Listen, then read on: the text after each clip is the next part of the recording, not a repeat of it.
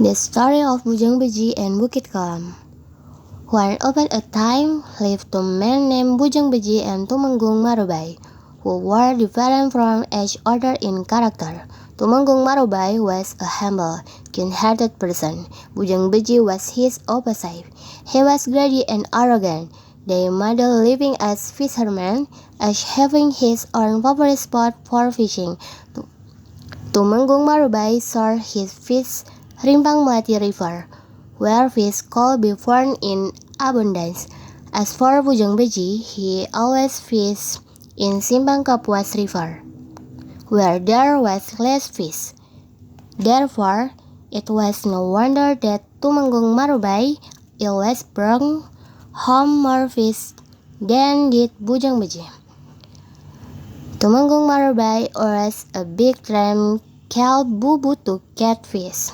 After his bubu was filled with fish, he caught only the bigger ones and released the smaller ones back to the river. Thanks to his fishing wisdom, there were always plenty of fish in the river. Realizing that he had never caught as many fish as Tumenggung Marubai did, Bujang Beji felt so envious that the thought of a way to beat him. An evil thought crossed his mind. He decided to catch fish using tube, a fish poison extracted from the root. He found its works. Fish were easily caught, more and more fish every day, but there was a greater problem that he did not realize. It was that the fish were greatly reduced. On the other hand, Tumenggung Marubai still got a lot of catches. This made Bujang Beji even more jealous. What? Bujang Beji shouted. No one is better than me. He must have the best of everything. Everyone knows that. What could be better?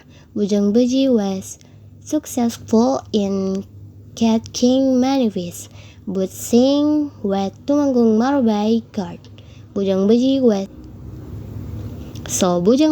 decided to get rid of Tumenggung Marubai's log on and for all. Then Bujang Beji began to think and he found why the talk was the best. The very faint idea crossed his mind.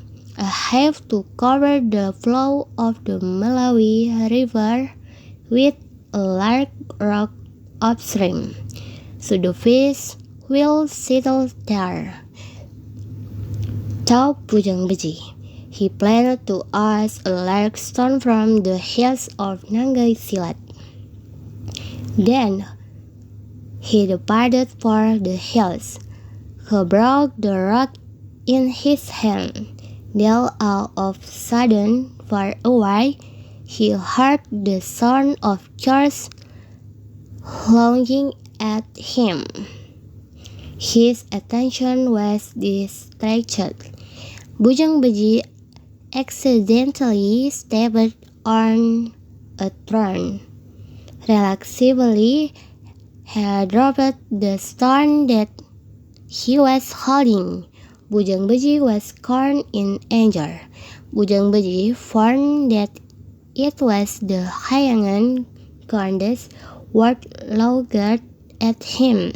You will pay for this, he shouted as he stamped his foot pierced by a poisonous thorn on one of the nearby hills. Bujang Beji failed to cross the Malawi River, all because of the goddess of heaven. I will take revenge, sighed Bujang Beji.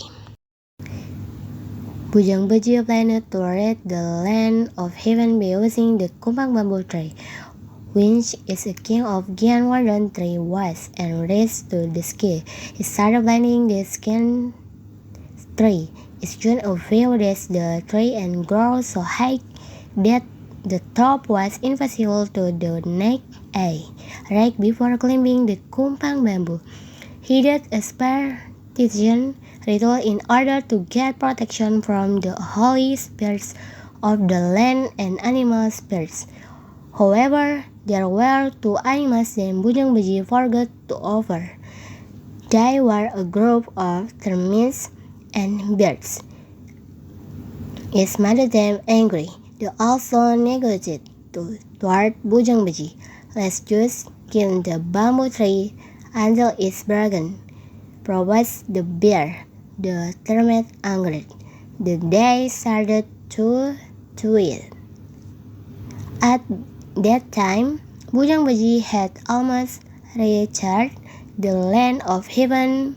He fell into the ground and did insultingly choose Bujang Biji. Attempt to harm the goddess of heaven also failed. Tumenggung Marbai was spared from Bujang Biji evil intention. The widest the peak of Nangasilat Hill is well known as Bukit Kelam.